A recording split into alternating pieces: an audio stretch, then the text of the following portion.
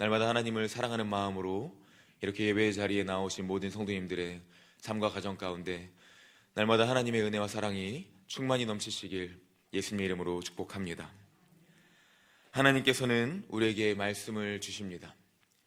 이 말씀을 통하여서 하나님께서는 우리와 함께하길 원하시고 날마다 우리 삶에 역사하시길 원하시며 우리의 삶을 통해 하나님께서 일하시고 함께 하신다라는 것을 확증하기를 원하십니다. 이러한 관점에서 레위기의 말씀을 대할 때 특별히 저는 레위기 전체를 하나님의 사랑의 편지이다 말씀드리고 싶습니다. 한 글자 한 글자를 통하여서 하나님께서는 거룩하신 하나님이시기 때문에 죄인된 그의 백성과 함께 할 수 없었지만 그럼에도 불구하고 내가 너를 사랑한다, 너와 함께 하고 싶다 하는 그러한 말씀을 레위기 말씀 한자 한자를 통하여서 선포하고 계십니다. 거룩하신 하나님과 함께 할 수 없는 죄악된 백성이 하나님과 함께 할 수 있는 길이 열리게 된 것입니다. 레위기 말씀은 그저 딱딱한 형식적 율례와 규례가 아니요 거룩하고 흠이 없으신 순결하신 하나님께서 그의 자녀와 교제하길 원하시며 또한 하나님께로 나올 수 있는 길을 열어주시는 것을 모형적으로 아주 잘 나타내주고 있습니다.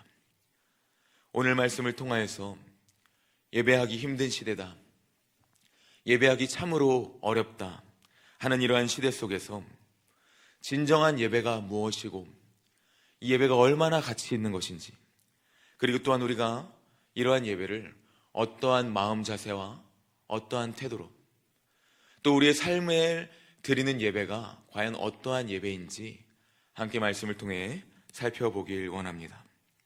특별히 오늘 보시는 말씀은 소재에 대한 말씀입니다. 이 소재는 직역하면 이제 한문으로 힐소입니다. 하얗다, 순결하다는 뜻에서 이 한문으로 한글로는 소재로 나타내었습니다. 또한 원어적으로 보았을 때 민하라는 그러한 원어인데요, 바로 선물, 높으신 분께 마음을 담아서 드리는 조공, 그러나 우리의 모든 것을 바치는 감사의 의미를 담고 있는 것이 바로 소재입니다. 특별히 소재는 가장 기본적인 원칙이 있습니다. 무엇이냐? 바로 곡식으로 드리는 제사입니다. 어제 우리가 들으셨던 말씀 가운데 번제는 이 피의 제사였다면 소제는 피가 없는 제사입니다. 하나님께 곡식으로 드리는 제사인데 특별히 먼저 소제 가운데 이 소제는 그 곡식을 가루로 빻아서 드리는 규칙이 있었습니다. 어떠한 곡식이든 곱게 빻으면 가루만 남습니다. 그 곡식이 어떠한 곡식이든지 간에 빻으면 가루만 남게 되어 있습니다. 먼저 우리는 오늘 소재를 통하여서 영적인 의미들을 살펴볼 텐데 이 모든 것을 빻아서 가루로만 남게 된 이 의미, 무엇을 의미합니까? 이 소재의 예배 가운데에는 나는 없다는 것입니다. 나는 없고 오직 하나님만이 높임을 받으시는 그 예배, 이 가루와 같이 아무런 형태도 없고 자기를 부인하는 것, 바로 하나님께 드리는 예배 가운데 자기 부인, 나는 그 자리에 없고 오직 하나님만 영광을 돌리는, 나에 대한 것, 나의 영광, 나의 어떠한 형태, 나의 어떠한 잘남은 없고 오직 주님만이 이 예배의 주인 되십니다. 오직 하나님만이 나의 모든 것 되십니다 하는 의미로 우리가 날마다 이 예배를 드리며 나아가야 된다 믿으시길 축복합니다. 철저한 자기 부인의 믿음과 신앙으로 우리가 하나님께 나아가야 한다는 것입니다. 오직 하나님만 계시는 예배, 나의 온 마음과 온 정성으로 나아가는 예배, 그 예배가 바로 소재의 예배입니다. 이 소재 가운데에는 특별히 하나님께서 많은 사람들을 사랑하시는 의미도 있습니다. 번제 가운데 특별히 여러 속죄제나 여러 제사 가운데에는 이러한 동물들을 사서 나오는 그러한 제사를 드리는 것이었습니다. 어떠한 일종의 돈을 가지고 지불을 해서 하나님께 제사를 드려야만 했죠. 하지만 소제는 가난한 사람들이 밭에 나아가 들로 나아가 줄 서서 곡식의 이삭을 줍고 또 첫 이삭의 열매를 남은 것들을 주워다가도 바칠 수 있는 하나님께서 예배의 기회를 열어주신 그러한 사랑의 방법이기도 합니다.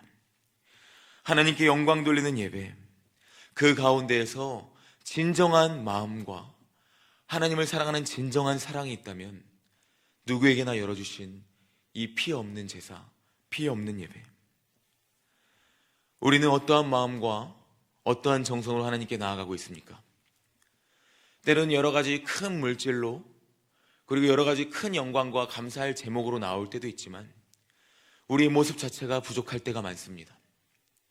하나님께 드릴 것이 없는, 또한 너무나도 타락한 죄인이 되어서 하나님 앞에 나올 수 없는 그러한 죄인이지만, 그러나 하나님 앞에서 우리의 모습을 철저히 부인하고 오직 하나님만이 나의 주인이 되신다, 하나님만이 나의 사랑이 되신다, 하나님 나의 사랑을 받아주시옵소서, 나의 이러한 마음을 받아주시옵소서, 이 마음으로 나올 때 하나님께서 우리 예배에 기뻐 받으시는 줄로 믿습니다. 또한 우리가 드려야 될 예배가 바로 이러한 소제와 같은 예배가 되시기를 예수님의 이름으로 축복합니다. 이러한 예배의 마음 가운데에서 하나님의 은혜를 깊이 경험하며 깊이 누리는 시간, 하나님께 영광 돌리는 시간이 바로 우리가 드려야 될 예배인 것입니다. 이러한 소제는 또한 자원제입니다. 철저히 자기 자신을 부인하고 그저 부인하는 것이 아니라 하나님께 자원하는 그러한 마음으로 나아가는 것입니다. 곧 의무가 아니라는 것이죠. 그리고 우리가 이 가운데서 또 특별히 발견해야 될 것이 있습니다. 우리가 하나님께 곡식을 가지고 그 빻은 곡식을 가지고 나아오는데 아무리 자원해서 드리는 자원제라 할지라도 그것 자체로, 내가 예배를 드린다는 것 자체로 위안을 삼지 말라는 것입니다. 내가 하나님께 이처럼 제사를 드린다, 곡식을 빻아서 가지고 나온다 하는 예배를 드리는 그 형식 자체로 위안을 삼는다는 것이 아닙니다. 창세기 말씀 가운데 가인, 특별히 가인이 드린 제사도 이러한 소제였습니다. 그런데 어떠셨죠?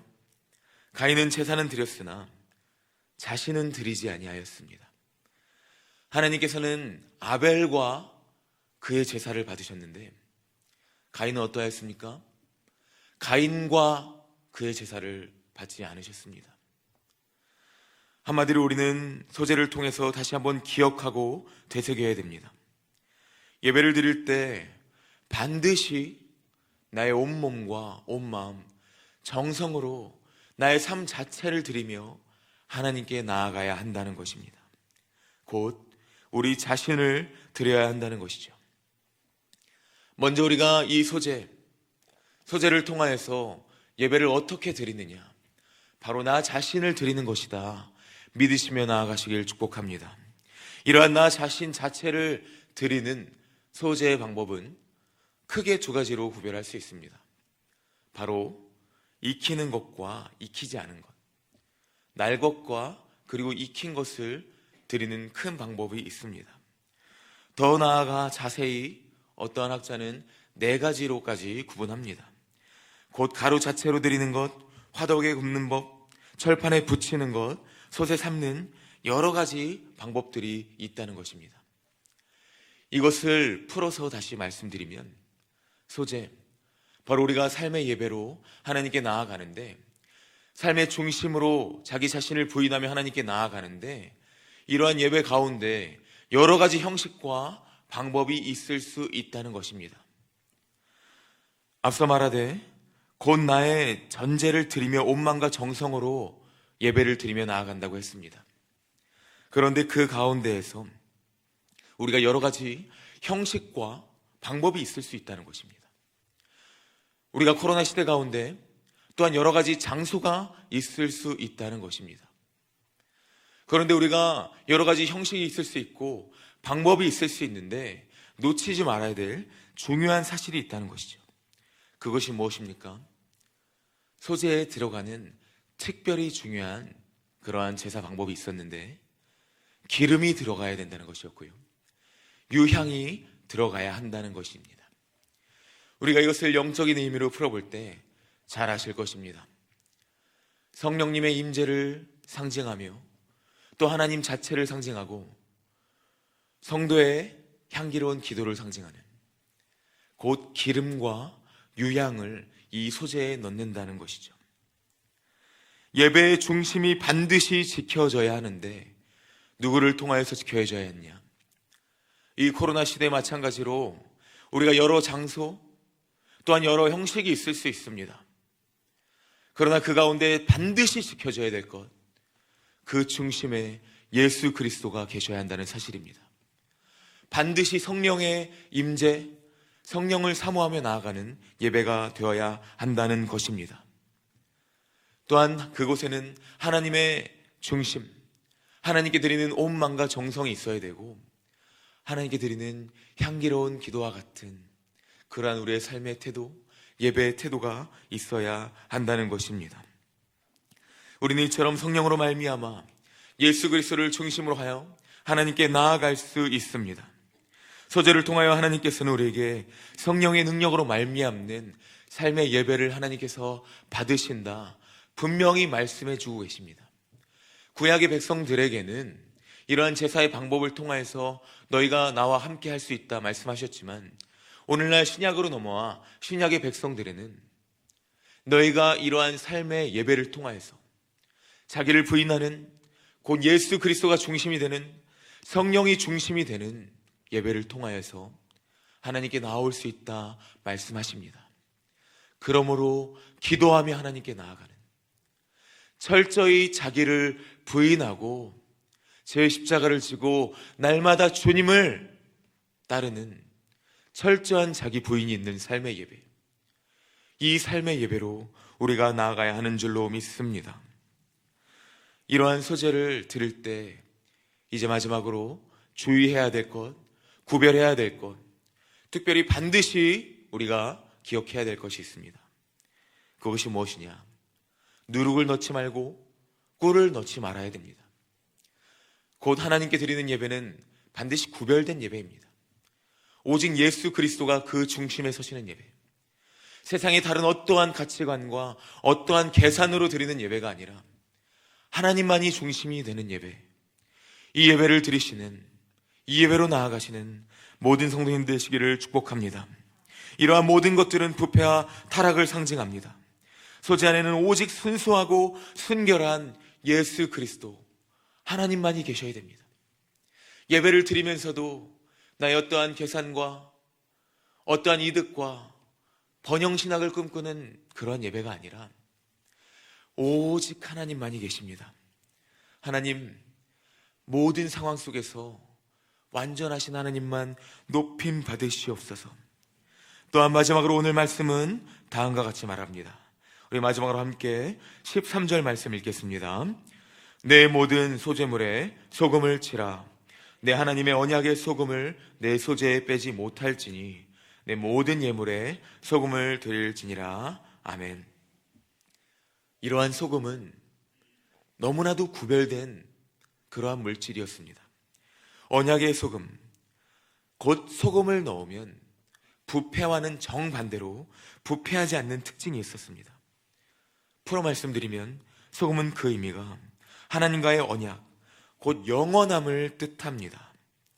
민수기 18장 19절을 말씀드리면 이는 여호와 앞에 너와 네 후손에게 변하지 않는 소금 언약이니라. 아멘. 이러한 말씀이 있습니다. 무엇입니까? 소금은 당대의 뜻도 바로 변하지 않는다는 것이었습니다. 어떠한 흔들림도 없다는 것입니다. 굳건하다는 것입니다. 이것을 통해서 우리가 무엇을 알 수 있습니까? 우리를 향하신 하나님의 언약이, 하나님의 마음이, 하나님의 계획이, 하나님의 모든 뜻이 변함이 없으시니 우리 또한 마찬가지로 어떠한 마음으로 예배를 드립니까? 하나님을 향한 마음, 우리 또한 모든 순간 가운데 변하지 않겠습니다. 하나님은 흔들리지 않겠습니다. 하나님 모든 상황 속에서 요동치지 않겠습니다. 오직 주님만 사랑하며 그리스도만 내 삶의 중심으로 여기며 십자가만을 붙들며 성령을 의지하며 나아가겠습니다. 이러한 마음으로 하나님을 사랑하며 우리를 향하신 하나님의 그 언약을 기억하며 날마다 하나님을 사랑하시고 하나님께 예배드리시는 사랑하는 모든 성도님들 되시기를 예수님의 이름으로 축복합니다. 소재에는 참 여러 가지 뜻이 많습니다. 나눔의 제사, 공동체를 세우는 것, 가난한 자들을 향한 하나님의 사랑. 특별히 오늘은 우리가 예배를 어떻게 드려야 되는지에서 그 중심을 살펴보았습니다. 오직 그리스도를 중심으로 하여 하나님만을 사랑하시고 그 영원히 변치 않으시는 하나님의 사랑 가운데에서 우리의 모든 것을 내려놓고 하나님만을 사랑하시는 구별된 삶의 예배로 나아가시는 사랑하는 모든 성도님들 되시기를 예수님의 이름으로 축복합니다.